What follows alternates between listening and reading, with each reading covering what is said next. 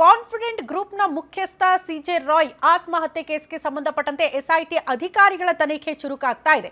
ಎಲ್ಲ ಆಯಾಮಗಳಲ್ಲೂ ಕೂಡ ಎಸ್ಐಟಿ ಅಧಿಕಾರಿಗಳು ತನಿಖೆ ಚುರುಕುಗೊಳಿಸಿದ್ದಾರೆ. ಸಿಜೆ ರಾಯ್ ಕೊನೆಯ ಕ್ಷಣಗಳು ಹೇಗಿತ್ತು ಅನ್ನೋದ್ರ ಬಗ್ಗೆ ಕೂಡ ಮಾಹಿತಿಯನ್ನು ಕಲೆ ಹಾಕಿದ್ದಾರೆ. ದುಬೈನಿಂದ ಬೆಂಗಳೂರಿಗೆ ಬಂದಿದ್ದ ರಾಯ್ ಉಳಿದುಕೊಂಡಿದ್ದು ಎಲ್ಲಿ, ಹೇಗಿದ್ರು ಕೊನೆ ಕ್ಷಣದಲ್ಲಿ ಅಂತ. ಆತ್ಮಹತ್ಯೆಗೂ ಹಿಂದಿನ ದಿನ ದುಬೈನಿಂದ ರಾಯ್ ಬಂದಿರ್ತಾರೆ. ಏರ್ಪೋರ್ಟ್ಗೆ ಪಿಕಪ್ ಮಾಡೋದಕ್ಕೆ ಅಂತಾನೆ 2 ರೋಲ್ಸ್ ರಾಯ್ ಕಾರು ಕೂಡ ಹೋಗಿರುತ್ತೆ ಅವ್ರನ್ನ ಪಿಕಪ್ ಮಾಡ್ಕೊಂಡು ಬರಬೇಕು ಅಂತ. 20 ಜೊತೆ ಬಟ್ಟೆ, 10 ಹೈ ಬ್ರಾಂಡೆಡ್ ಶೂ ಜೊತೆಗೆ ಬಂದಿದ್ರಂತೆ ಸಿಜೆ ರಾಯ್. ಡ್ರೈವರ್ ಜೊತೆ ಫುಲ್ ಜಾಲಿ ಆಗಿ ಮಾತಾಡ್ಕೊಂಡು ಇದ್ರು, ಆರಾಮಾಗಿದ್ರು ಅನ್ನುವಂತಹ ವಿಚಾರ. ಖುಷಿಯಿಂದಲೇ ಮಾತನಾಡ್ತಾ ಹೋಟೆಲ್ ಅನ್ನ ರಾಯ್ ತಲುಪಿದ್ರು ಅನ್ನೋದ್ರ ಡೀಟೇಲ್ ಸಿಗ್ತಾ ಇದೆ. ಹಲ್ಸೂರು ಬಳಿಯ ಖಾಸಗಿ ಹೋಟೆಲ್ ನಲ್ಲಿ ರಾಯ್ ಉಳಿದುಕೊಂಡಿರ್ತಾರೆ. ಖಾಸಗಿ ಹೋಟೆಲ್ ನಲ್ಲಿ ಸೂಟ್ ರೂಮ್ ಪಡೆದುಕೊಂಡಿರ್ತಾರಂತೆ ರಾಯ್. ಹಾಗಾಗಿ ಚಾಲಕರ ಸ್ಟೇಟ್ಮೆಂಟ್ ಅನ್ನ ದಾಖಲು ಮಾಡ್ಕೊಳ್ಬೇಕಾಗುತ್ತೆ. ಎಸ್ಐಟಿ ಅಧಿಕಾರಿಗಳು ಆ ಕೆಲಸ ಮಾಡಿದಾಗ ಚಾಲಕರನ್ನ ಪ್ರಶ್ನೆ ಮಾಡಿದ್ದಾರೆ. ಯಾವ್ದಾದ್ರು ಒತ್ತಡದಲ್ಲಿದ್ರ, ಟೆನ್ಷನ್ ಅಲ್ಲಿದ್ರ, ಬಂದಾಗ ಏನಾದ್ರೂ ಆ ರೀತಿ ಚೇಂಜಸ್ ಕಾಣಿಸ್ತಾ ಇತ್ತಾ ಅವರಲ್ಲಿ?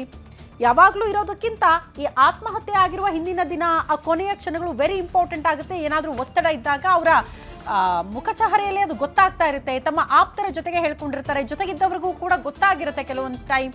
ಆ ರೀತಿ ಏನಾದರೂ ಆಗಿತ್ತಾ ಅನ್ನೋ ನಿಟ್ಟಿನಲ್ಲೇ ಎಸ್ಐಟಿ ಅಧಿಕಾರಿಗಳ ತನಿಖೆ ಆಗ್ತಾ ಇರೋದು. ಹಾಗಾಗಿ ಡ್ರೈವರ್ಸ್ನ ಹೇಳಿಕೆಯನ್ನ ಪಡೆದುಕೊಂಡಾಗ ಅವ್ರು ಹೇಳ್ತಾ ಇರೋದು, ಇಲ್ಲ ಸರ್, ದುಬೈನಿಂದ ಬಂದಾಗ ನಾವು ಪಿಕಪ್ ಮಾಡ್ಕೊಂಡು ಬರಕ್ಕೆ ಹೋದಾಗ ಸಖತ್ ಜಾಲಿ ಮೂಡಲ್ಲಿ ಇದ್ರು, ಈ ರೀತಿ ಎಲ್ಲ ಬ್ಯಾಗ್ಗಳನ್ನ ತಂದಿದ್ರು, ಹೈ ಬ್ರಾಂಡೆಡ್ ಶೂಗಳ ಜೊತೆ ಬಂದಿದ್ರು.